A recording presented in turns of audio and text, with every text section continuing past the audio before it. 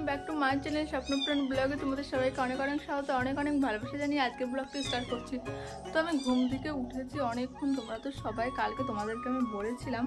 তো বিল্লিকে খুঁজে পাওয়া যাচ্ছে না, তো উঠেছি তখন 6টার মতো বাজে। তো সারা সব জায়গায় বিল্লিকে খুঁজলাম, কালকেও খুঁজেছি কিন্তু ওকে কোথাও পাচ্ছি না, মনটা খুবই খারাপ।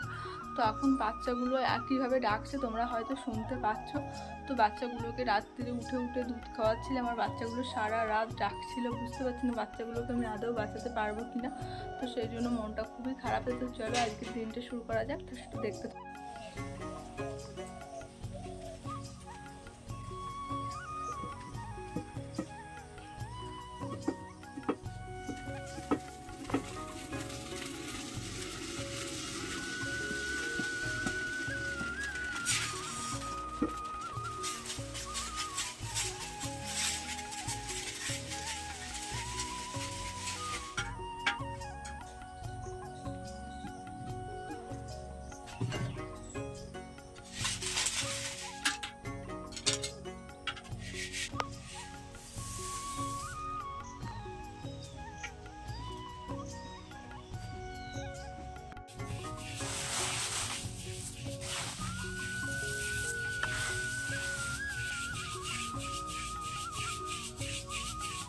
রান্নাঘরে এসেই দেখি মায়ের দিকে ভাজছে মুড়ি। আমরা কিন্তু বাজার থেকে মুড়িটা খুব কমে কিনে খাই, আমাদের কিন্তু বাড়িতেই মুড়ি ভাজা হয় একদম। আমার মা বলে দোকানের মুড়ি নাকি খেতে অতটা টেস্ট হয় না, বাড়ি ভাজা মুড়ি নাকি খেতে বেশি টেস্ট। আচ্ছা তোমাদেরও কি তাই মনে হয়? বাড়ি ভাজা মুড়ি কি খেতে সত্যিই বেশি টেস্ট হয়? আচ্ছা তোমরাও কি আমাদের মতন বাড়িতে ভেজে মুড়ি খাও, না তোমরা দোকান থেকে মুড়ি কিনে খাও? জানি এখন কষ্ট কেউই করে না, এখন বেশিরভাগ মানুষই কিন্তু দোকান থেকে মুড়ি কিনে খায়, বাড়ি ভেজে খুব কমই খায়। আমরা যেহেতু গ্রামে থাকি, গ্রামের কিন্তু বেশিরভাগ মানুষই কিন্তু বাড়িতে ভেজে মুড়ি খায়। জানো তো, আমি যদি মাকে বলি আচ্ছা মা তুমি বাড়িতে মুড়ি ভাজো, তোমার কষ্ট হয় না? মা বলে ভালো খেতে গেলে তো একটু কষ্ট করতেই হবে, তোদের ভালো খাওয়াবো, আমি নিজেও ভালো খাবো, তাহলে একটু কষ্ট করব না বল? ভালো জিনিস পেতে গেলে তো কষ্ট করতে, সেটা যেটাই হোক না কেন। তুই যে আমাকে বলে তুই যেমন ভিডিও করিস, এটা করতেও তো তোর কষ্ট হয় না, একদিন ঠিক কষ্টের ফল পাবি। আমি জানি না আমার মামাকে সান্ত্বনা দেয় না, আমি সত্যি আমার কষ্টের ফল কোনোদিনও পাবো। আমি এটা বিশ্বাস করি, তোমরা অনেকেই আমাকে ভালোবাসো আর অনেকেই আমাকে ভালোবাসো না, কিন্তু তোমরা যদি এভাবে আমার পাশে থাকো, আমি হয়তো আমার কষ্টের ফল একদিন ঠিক পাবো।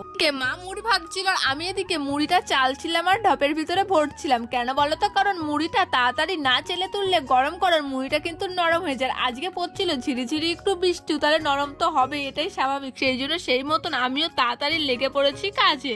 তো আজকে না আমি বা সিদ্ধ ভাতও করেছিলাম সকালের দিকে, আজকে সকালের দিকে সিদ্ধ ভাতই করা হয়েছিল, সেটা শেয়ার করতে পারিনি কারণ খুবই ব্যস্ত ছিলাম, সেটা তোমাদেরকে বলেই দিলাম। তারপরে মা মাছের ঝোল ভাত করেছিল। বিল্লিকে নিয়ে একটু টেনশনে আছি, তোমরা তো সেটা সবাই জানো, আমার মুখ দেখেই তোমরা বুঝতে পারছো আমি কতটা টেনশনে আছি। জানো তো রিও ছিল, রিও আর আজ আমাদের মধ্যে নেই, কিন্তু রিওকে আমি আমার বাড়ির সবাই প্রত্যেকে রিওকে এতটা ভালোবাসতাম। রিও খুব একদম শখের, কি বলবো, খুব একটা শখের পশু ছিল। আবার বিল্লি, ওকেও আমি খুব ভালোবাসি। আমার একটাই ভয় হচ্ছে, মানুষ বলে শখের জিনিস নাকি বেশি দিন থাকে না, আমি কি আমার শখের জিনিসটা সত্যি হারিয়ে ফেলবো? ভগবানের কাছে এখন একটা কথাই বলছি, বাচ্চাগুলো যেন ওর মাকে ফিরে পায়, তা যে করেই হোক তুমি বিল্লিকে আমাদের বাড়িতে এনে দাও, কারণ ও মা ছাড়া যে থাকা যায় না, মা যার নেই তার কেউ নেই, সেটা তোমরা সবাই জানো, পশু হোক কিংবা মানুষ। সত্যি মা যার নেই তার পৃথিবীটা সত্যি অন্ধকার। সেই জন্য আমি বারবার ঈশ্বরের কাছে বলছিলাম, হে ভগবান তাড়াতাড়ি বিল্লিকে ফিরিয়ে দাও আমাদের বাড়িতে। ওদের কাছে কিন্তু আমি একটা কথা অনেকদিন ধরেই জিজ্ঞাসা করছি, তোমরা কিন্তু তার কোনো রিপ্লাই দাওনি, সেটা কি তোমাদের মনে আছে? জানি সবাই ভুলে গেছো, কারণ তোমরা কেউ আমাকে হয়তো ভালোই বাসো না, ভালোবাসলে ঠিক তার রিপ্লাই দিতে। আচ্ছা আমি কিন্তু আমার চ্যানেলে মিনি মিনি রান্নার ভিডিও শেয়ার করতাম, সেটাতেও তোমরা বেশ ভালোই ভালোবাসা দিচ্ছিলে। তোমাদের তো বলেছি মা কিন্তু বেশ ভালো রান্না করে, তোমরা যদি চাও আমি একটা রান্নার চ্যানেল খুলি আর আমার মায়ের রান্নাগুলো তোমাদের সামনে তুলে ধরি, অবশ্যই কিন্তু কমেন্ট করে জানিও, তাহলে আমি একটা রান্নার চ্যানেল খুলবো আর আমার মায়ের রান্নাগুলো তোমাদের সামনে তুলে ধরবো। তোমরা সেটা দেখতে দেখে দেখে সুন্দর সুন্দর রান্না করতে পারবে, একদম আমার মায়ের মতো।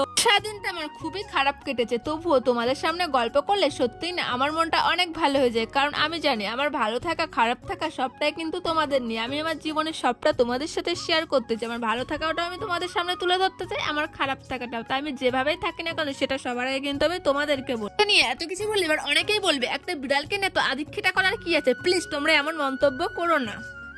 তো আমি যে কাজটা করছিলাম তো তোমাদের তো দেখালামই। তো এখন চলে এসেছি ঘরে, যেদের এখন খাওয়াবো। এই যে দুধ, আওয়াজ তো শুনতেই পাচ্ছ, ওরা এত মা না থাকলে যা হয়, ওরা খুবই কষ্ট পাচ্ছে। আর এই খাবার কি হয়, মায়ের খাবার, আর এই খাবারে কি হয় বলো? তো চলো ওদেরকে একটু খাইয়ে নিই। ট্যাঙ্গো এখন যাচ্ছি দুধ আনতে। এই যে তোমরা তো জানোই এমনি এমনি বাড়িতে তো দুধ খায়, বাচ্চাদের জন্য আনতে যাচ্ছি। তোমরা তো জানোই বাচ্চাগুলোর কেমন অবস্থা। দেখো গাইস, মানে এরা কি করছে তোমাকে দেখতে এত ভালো লাগছে। চলে আসলো, মানে যে ক্যামেরা অন করেছে সেই চলে আসলো। তো অনেকক্ষণ পর চলে আসলাম তোমাদের সামনে। সত্যি কথা বলতে কি আজকে মনটা একদমই ভালো ছিল না সকাল থেকে, কিন্তু এখন আমার মনটা বেশ ভালো আছে, কারণ বিল্লি বাড়ি চলে এসেছে। তো আমাদের মাঠের ভিতরে ছিল, ওর পায়ে মানে এমনভাবে মেরেছে, কে এমন করে জানি না কুকুর বিড়ালদের সাথে, মানে এতটা কষ্ট পাচ্ছে, মানে হেঁটে আসতেই পারছিল না। মানে তোমরা যদি দেখতে তাহলে তোমাদেরকে হয়তো আমি মানে বোঝাতে পারতাম কতটা কষ্ট পাচ্ছে। সত্যিও খুব কষ্ট পাচ্ছে। তো এখনও শুয়ে আছে, তো ক্যামেরায় আর দেখালাম না, ওর বাচ্চাদেরকে নিয়ে শুয়ে আছে। তোকে দেখে আমার সত্যি খুব খারাপ লাগছে। তো আজকে ভিডিওটা জানি একদমই বাজে হয়েছে, সেমন কিছুই দেখাতে পারিনি, কারণ বললামই তো বিল্লির জন্য আমার মনটা সত্যিই খুব খারাপ ছিল। আর আমাদের বাড়ির প্রত্যেকটা মানুষ ওর জন্য এত টেনশন করছিল, মানে সবাই ওকে খুঁজছিল, কেউ কোথাও খুঁজে পাচ্ছিল না। তো ওই জায়গাতেই ছিল। তোর পায়ে এখন আমি ওষুধ লাগিয়ে দিয়েছি। আবার ভাই বললো বাজারে ওষুধ আনতে যাবে, তো দেখা যাক কি হয়, আশা করি সুস্থ হয়ে যাবে।